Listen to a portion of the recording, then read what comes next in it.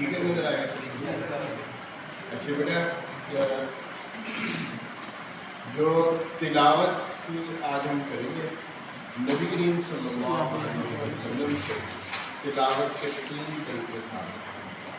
ٹھیک ہے اور تجوید کے بارے میں بتایا تھا. چلے علم التجوید وہ والا علم جس کے ذریعے سے آپ تلاوت سیکھتے ہیں. ٹھیک ہے علم التجوید.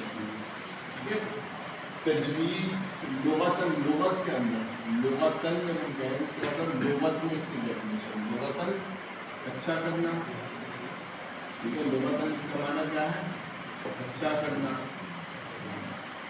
خوبصورت کرنا. ٹھیک ہے بہترین کرنا. یہ لغتاً اس کا معنی ہے. تجوید کا معنی ہے اچھے کر کے خوبصورت کر کے بنانا. ٹھیک ہے ٹھہر ٹھہر کر پڑھنا. ٹھیک ہے اس کو ہم کیا کہتے ہیں لغتاً. اصطلاحاً کا معنی ہے ٹرمینالوجی جو اس کی ہے. ٹھیک ہے تجوید کی جو تعریف ہے ڈیفینیشن. ٹھیک ہے اصطلاح کے اندر قرآن نے جو اس کی ڈیفینیشن بنائی ہے. ٹھیک ہے ہر حرف کو اپنے مخرج سے ادا کرنا. ہر حرف کو اپنے مخرج سے ادا کرنا.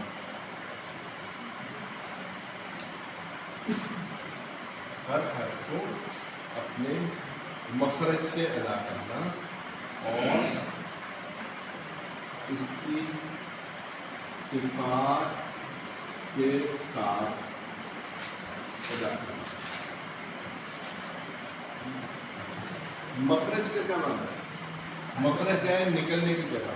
جہاں سے ہر حرف کے نکلنے کی ایک جگہ ہے, جہاں سے وہ نکلے گا وہ کہتے ہیں اس کا مخرج ہے. سمجھ آئے گا؟ مخرج نکل ہر حرف کو اپنے مخرج سے ادا کرنا. ٹھیک ہے اور اس کی صفات ہے. ہر حرف کی صفات ہے. کوئی حرف جو ہے وہ گودا پڑھتے ہیں, کوئی غریب پڑھتے ہیں. ٹھیک ہے کسی حرف کو ہم سب پڑھتے ہیں, کسی کو ہر اس کی کیا ہے صفات ہے.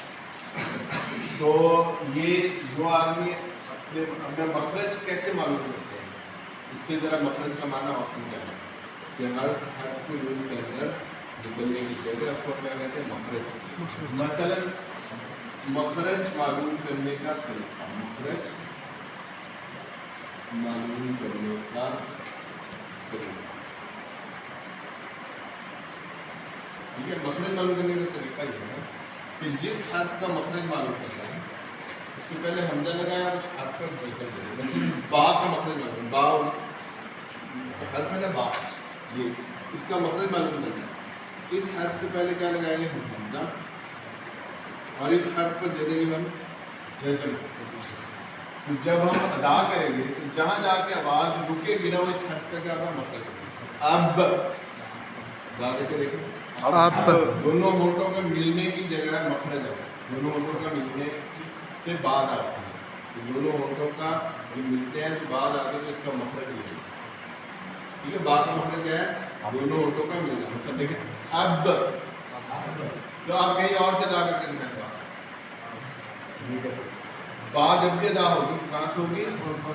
اس کا مطلب ہے کہ اس با کا مخرج ہے دونوں ہونٹوں. سمجھ آ گئی. تو ہر حرف کے نکلنے کی ایک جگہ ہے. اس نکلنے کی جگہ کو کیا کہتے ہیں مخرج. تو اگر وہ اپنے مخرج سے ادا ہوا تو پھر صحیح ہوگا, اگر کہیں اور سے تو اور مطلب ہے. سمجھ آ رہی. اسی طرح آپ دیکھیں ایک اور مثال میم کا مخرج معلوم کرنے کا طریقہ کیا ہے. اس سے پہلے حمزہ لگاؤ اور میم پہ دے دو جزم. جہاں جا کر آواز آپ کی رکے گی وہ میم کا مخرج ہوگا. ام رکے نا میم ام, تو میم کا مخرج کیا ہے دونوں. کیا فرق ہے بعد میں ہونٹوں کا تر حصہ ملتا ہے تو بعد آتی ہے اب, اور خشک حصہ ملتا ہے تو نکل آتی ہے ام. بتا کے دیکھیں ام. جی آپ بتا کے آپ بتا اب ام اب اب واضح احساس ہے نا. یہ واضح احساس ہونا اس کا مطلب آپ کا مخرج ہے. با اردو میں بھی اسی طرح ہے, اردو میں بھی ایسے ہے, اردو میں بھی ایسے. اس وجہ سے واضح احساس کا مطلب ہے کہ یہ والا حرف آپ کا ٹھیک ہے. اور اور اردو میں اردو بولنے والے 4-5 عربی کے حروف ہیں جن کو صحیح ادا ٹھیک ہو جائیں گے تو تجوید ٹھیک ہے بہتر ہو جائے گا. تجوید کیا چل رہا ہے اپنے مخرج سے ادا کریں. جن حروف میں غلطی کرتے ہیں وہ حروف ٹھیک ہو جائیں تو آپ کی انشاءاللہ تجوید. دیکھا تجوید بہت آسان ہے. تجوید میں کیا چیز ٹھیک کرنی ہے کہ حروف کی ادائیگی صحیح کرنی ہے, حروف کو ادا اچھے طریقے سے کرنا ہے. سمجھ آ گئی بات؟ ٹھیک ہے, تو یہ ڈیفینیشن سمجھ آ گئی. یس سر. تجوید کسے کہتے ہیں؟ ہر حرف کو اپنے مخرج سے ادا کرنا اور اس کی صفات کے ساتھ ادا کرنا. ٹھیک ہے, تاکہ صفات کیا ہوتی ہیں وہ جب مخرج ٹھیک ہو جائے عام طور پہ صفات بھی ٹھیک ہو جائے. سمجھ آ گئی نا؟ یس سر. اچھا, تجوید کی غرض و غایت کیا ہے؟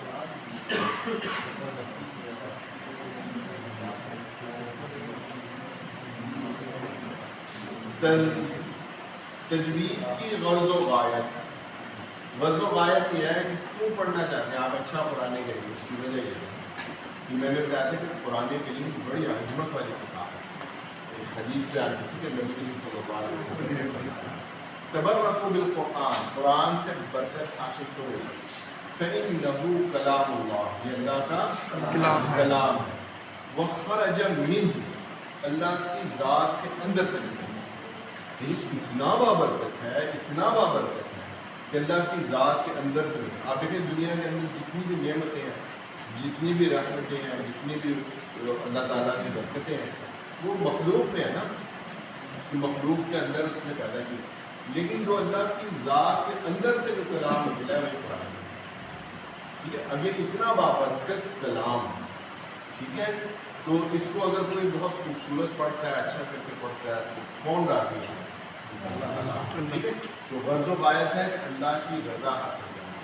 ٹھیک ہے, آپ دنیا کے انسانوں میں دیکھیں, کوئی شاعر اور بڑا اچھا شعر کہا ہے, ٹھیک ہے, اگر کوئی اس کو شعر کو غلط پڑھتا ہے وہ سر پکڑ کے بیٹھ جاتا ہے نا, یار یہ میرے شعر کی ستیہ ناش کرتی ہے, ایسے ہی ناراض ہوتا ہے نا. یہ تو عام انسان کی بات ہے. وہ جو رب العالمین ہے, اس کائنات کا مالک ہے, ٹھیک ہے, اس کے کلام کو جب غلط پڑھے گا تو کتنی بدتمیزی کی بات ہے, کتنی بری بات ہے کہ لوگ اسے غلط پڑھتے ہیں. ٹھیک ہے, اس پر توجہ نہیں دیتے.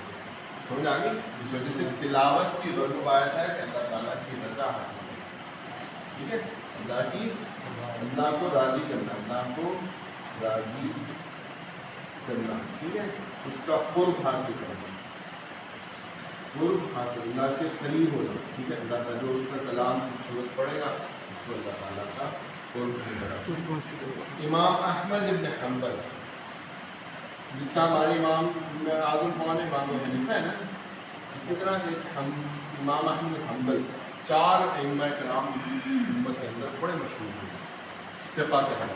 ٹھیک ہے, سب سے پہلے امام اعظم ہمارے امام ابو حنیفہ, جن کے ہم پیروکار ہیں, جن کی ہم تقلید کرتے ہیں. ٹھیک ہے, دوسرے امام ہیں امام مالک, تیسرے امام ہے امام شافعی, چوتھے امام ہے امام احمد بن حنبل. امام احمد بن حنبل کی کرامت تھی کہ انہیں اللہ تعالیٰ خواب میں نظر آتی, خواب میں اللہ تعالیٰ سے ملاقات ہو گئی. ان کے دوست نے ایک دفعہ کہا کہ اگر اب اللہ تعالیٰ خواب میں نظر آئے تو اللہ تعالیٰ سے پوچھنا کہ اللہ تیرا قریب ہونا چاہتا ہوں, تیرا قرب حاصل کرنے کا کون سا طریقہ سب سے زیادہ مؤثر ہے. ٹھیک ہے, واقعہ جب انہیں اللہ تعالیٰ سے خواب میں ملاقات ہوئی تو اللہ تعالیٰ نے پوچھا یا اللہ میں تیرا قرب حاصل کرنا چاہتا ہوں, تیرے قریب ہونا, کون سا سب سے مؤثر طریقہ ہے؟ تو اللہ تعالیٰ نے جواب میں امام حنبل کو کہا تلاوت القرآن, قرآن کریم کی تلاوت. اللہ تعالیٰ نے دعا کہ میرا قرب جس میں حاصل کرنا, میرے قرب اللہ کی عظیم کلام خوبصورت کر کے پڑھ رہا ہے, عظیم کے ساتھ پڑھ رہا ہے, تلاوت خوبصورت کر کے, اس سے کیا ہوگا اللہ تعالیٰ کا قرب حاصل. ٹھیک ہے, ہماری غرض و غایت بھی ہے کہ ہم اللہ تعالیٰ کے قریب ہو گئے, اللہ تعالیٰ سے محبت ہماری بڑھ گئے. ٹھیک ہے, یہ مقصد ہے. سمجھ آ گئی؟ تو امام حنبل نے اللہ تعالیٰ سے اور سوال پوچھا. اللہ تعالیٰ سے پوچھا کہ اللہ بفہم او بلا فہم, یعنی سمجھ کے پڑھوں تب تیرا قرب ہوگا یا بغیر سمجھے تب. اللہ تعالیٰ نے جواب میں کیا کہا؟ بفہم او بلا فہم. ٹھیک ہے, جان کے نا بفہم فہم کا مطلب ہم نے پڑھا نا بی کا مطلب ساتھ فہم مطلب سمجھ کے ساتھ اور بلا فہم یا بغیر فہم بغیر سمجھ تو دونوں طرح اللہ کا قرب حاصل ہے. یعنی اتنا بابرکت کلام ہے کہ اگر اسے سمجھ کے پڑھتا ہے تب بھی اللہ کا قرب، بغیر سمجھ کے پڑھے تب بھی اللہ کا قرب. ٹھیک ہے اللہ اور اللہ تعالیٰ کے نزدیک اللہ تعالیٰ کا قرب اور اس کے اثرات بہت زیادہ ہیں. انسانی شخصیت کا نہیں مطلب آیا تھا کہ ہم اپنے آپ کو بدلیں قرآن کریم کے ذریعے سے تلاوت اس کو کریں، تلاوت کرنا اچھی سیکھیں اور دن میں روزانہ کوئی وقت نکال کے اس کو تلاوت کریں. آپ کی شخصیت پر بڑا اثر ہوگا اس کا. یہ ایک تو سمجھ کے تو اثر ہوتا ہی ہے، ٹھیک ہے، اور دل مطلب محبت سے، لیکن تلاوت کا اپنا اثر ہوتا ہے.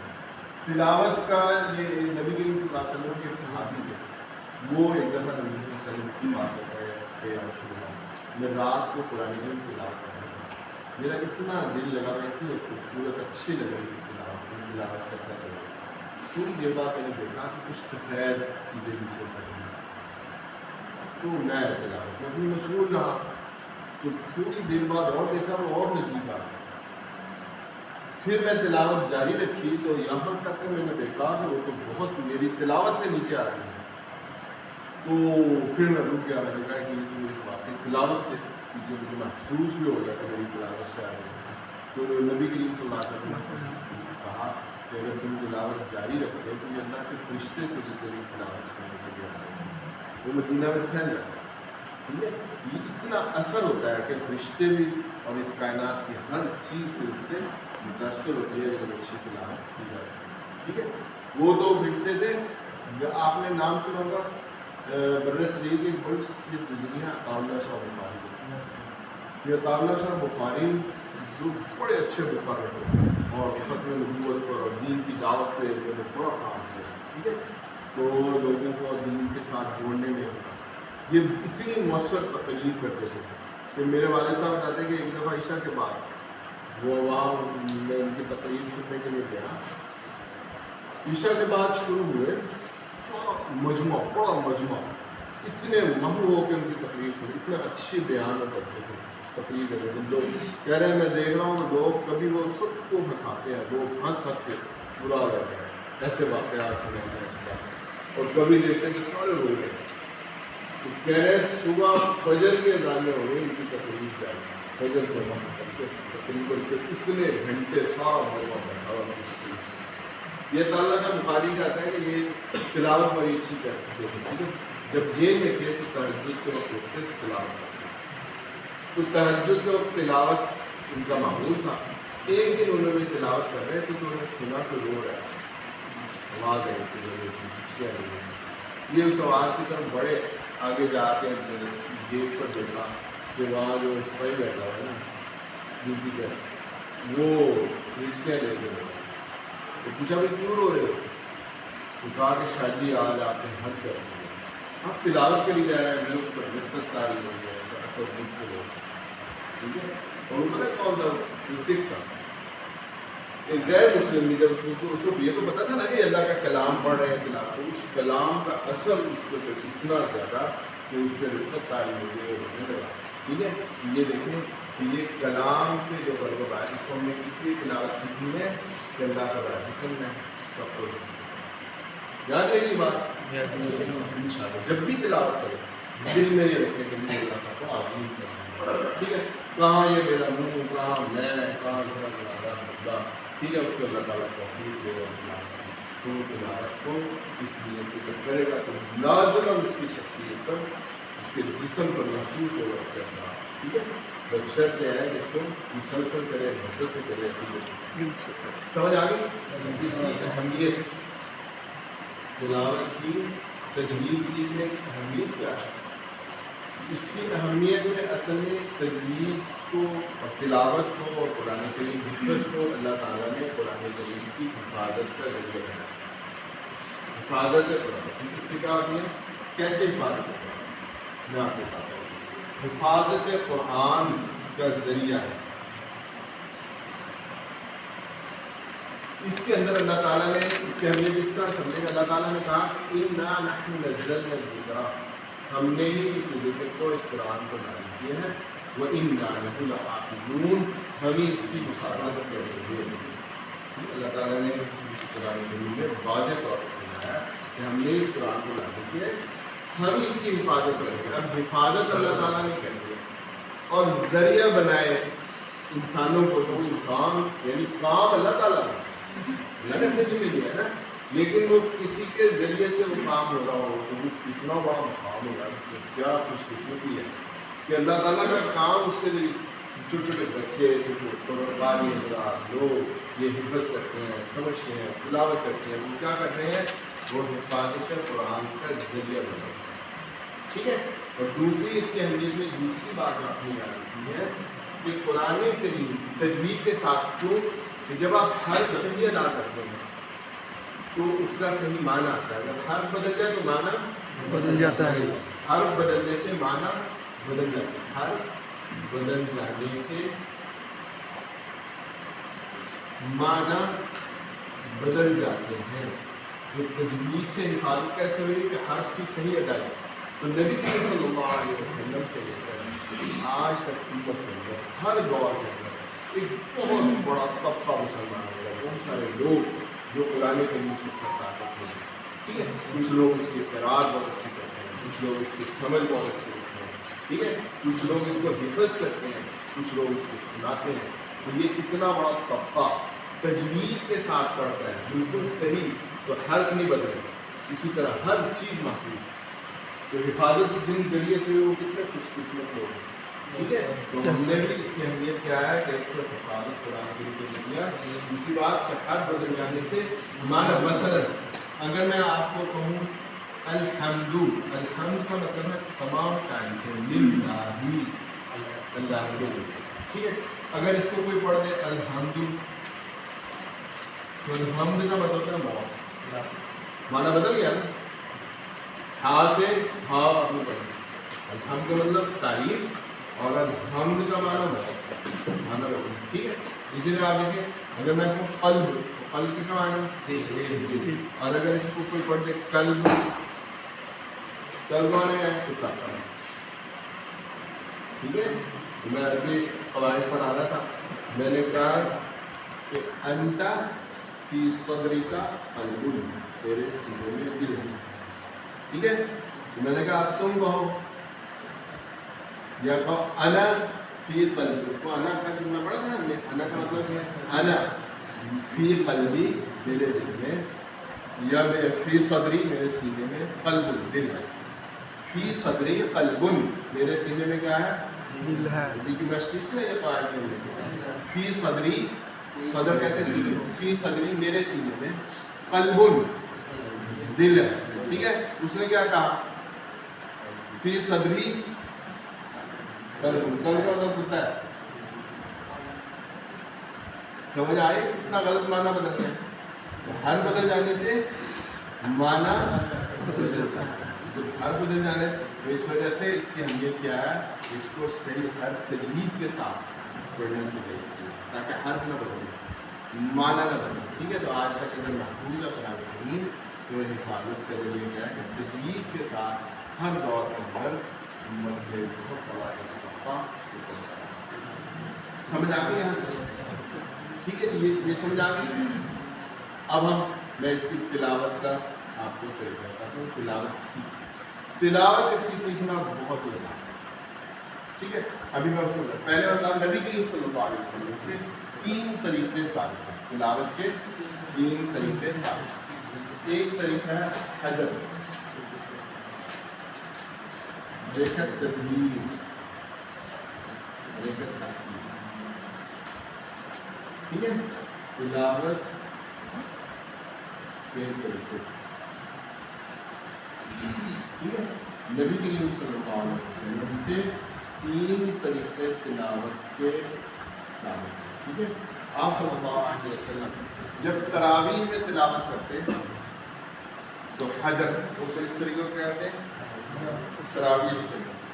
جب آپ نماز میں پڑھتے تو تدبیر. یہ کیا ہے؟ تراویح. نماز میں تدبیر. اور تحقیق جب کسی مجلس میں آپ سنتے یا تلاوت کرتے. ٹھیک ہے یہ سمجھ آ رہی بات ابھی میں سمجھاتا ہوں اس کو دیکھیں حدر کا معنی ہے تھوڑا سا تیز پڑھنا جس طرح تراویح میں پڑھا جاتا ہے ٹھیک ہے اور تدویر نماز میں ایک ایک آیت ٹھیک ہے اور تحقیق بہت ہی آہستہ ایک ایک حرف کو اس کا حق ادا کر پڑھنا واضح تاکہ آپ حروف گن بھی سکیں اتنا آہستہ ٹھیک ہے میں آپ کو پڑھتے حدر میں تراویح میں کیسے پڑھتے ہیں اعوذ باللہ من الشیطان الرجیم بسم اللہ الرحمن الرحیم الحمد للہ رب العالمین الرحمن الرحیم مالک یوم الدین یہ کیا ہے حدر نماز میں کیسے پڑھتے ہیں الحمد للہ رب العالمین الرحمن الرحیم مالک یوم الدین ٹھیک ہے تاکہ پیچھے نماز میں تخفیف مجلس میں کیسے پڑھتے ہیں بہت ہی آہستہ ہر حرف کو اس کا حق ادا کرتے ہیں ٹھیک ہے الحمد للہ رب العالمین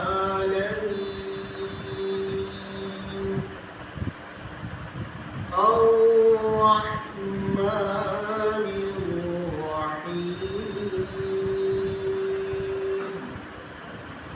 مالک یوم الدین ابھی دیکھا کہ ایک ہر گننا بھی جائز ہے ایک حرف واضح طور پر ادا ٹھیک ہے تو جب ہم سیکھتے ہیں یعنی مشق کرتے ہیں تلاوت کی تو یہ طریقہ تاکہ ہر حرف کو واضح طور پر ٹھیک ہے اب ہم یہ تلاوت کیسے سیکھیں تلاوت سب سے آسان طریقہ بہت آسان طریقہ ہے وہ میں آپ کو بتا دوں سب سے آسان طریقہ کیا ہے کہ آپ جس طرح سنیں اسی طرح تلاوت کریں بچے ایسے تو سیکھتے ہیں بچوں کو کیا پتا کہ مخارج کیا ہوتے ہیں مخرج کیا ہوتے ہیں ٹھیک ہے اور یہ کہاں سے ادا کرنا ہے وہ تو قاری صاحب سے جیسے سنا اتنا آسان ہے کوئی کسی چیز کو آپ بس صحیح حرف کی ادائیگی کریں جس طرح سنیں اسی طرح تلاوت کریں ٹھیک ہے تو اس وجہ سے ہم جب جس طرح میں تلاوت کروں اس طرح آپ تلاوت کریں اور جب اس کی مشق کریں گے بات اونچی آواز سے پڑھیں گے روزانہ گھر میں اس طرح پڑھیں گے تو انشاءاللہ آپ کی تلاوت کچھ دن میں ٹھیک ہو جائے گی بہتر ہوتی جائے گی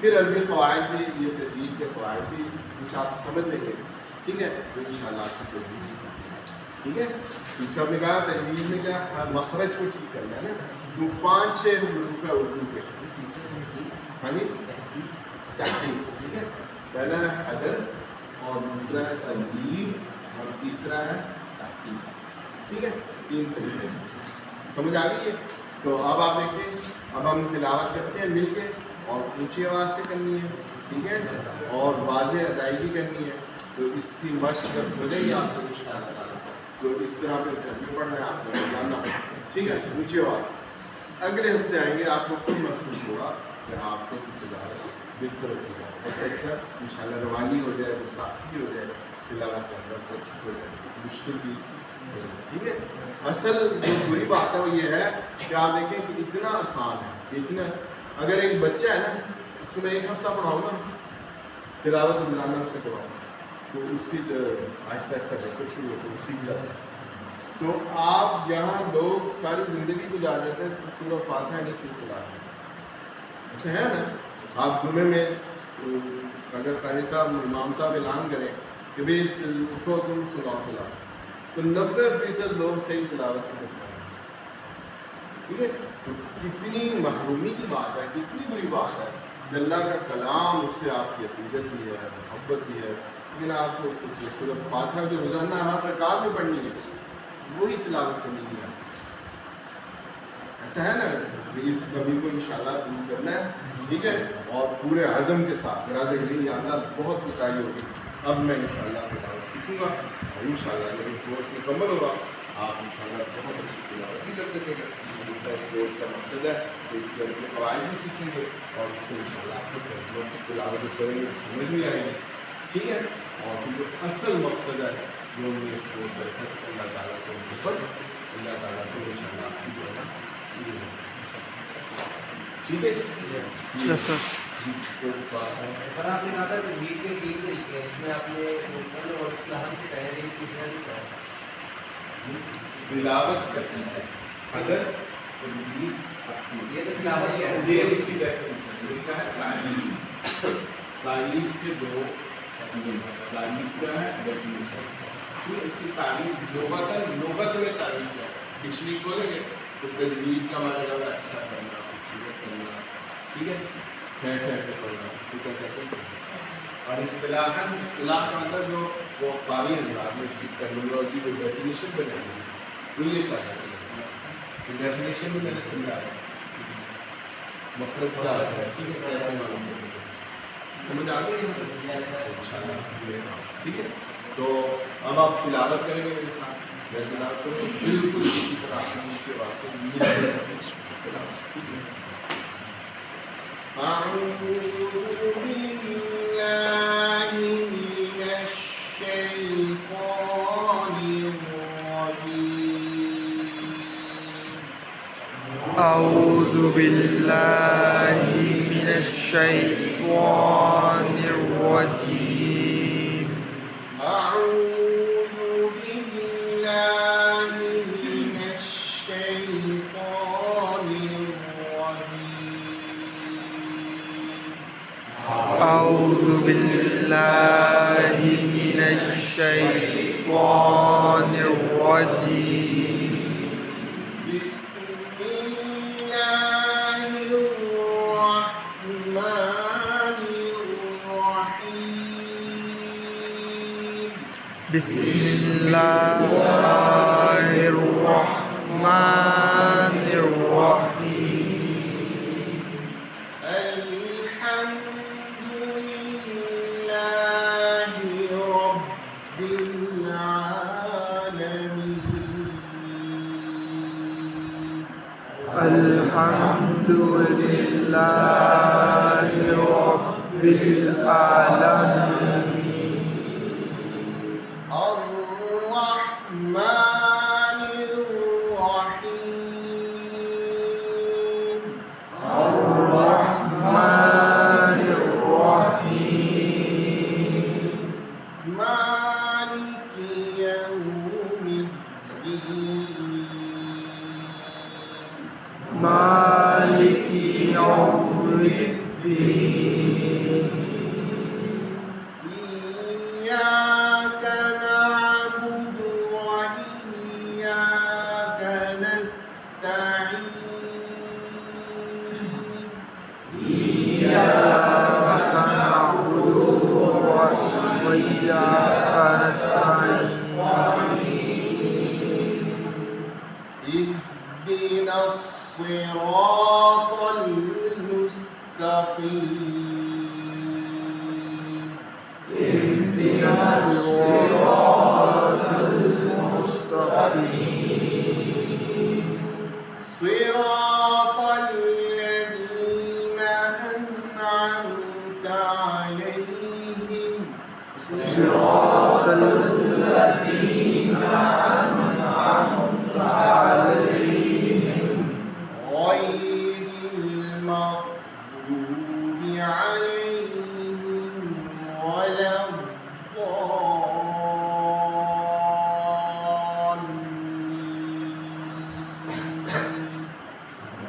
غير المغضوب عليهم ولا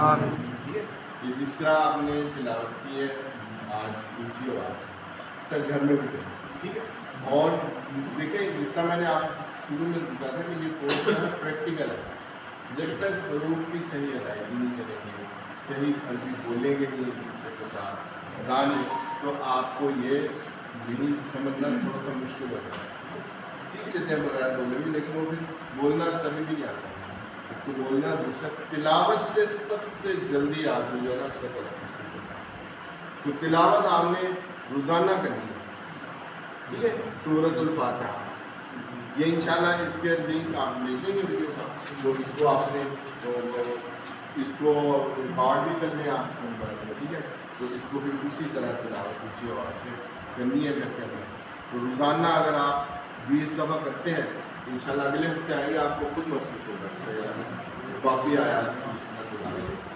ٹھیک ہے جی انشاءاللہ. یہ تلاوت کا آج ہمارا موضوع تھا. سوال ٹھیک ہے جی.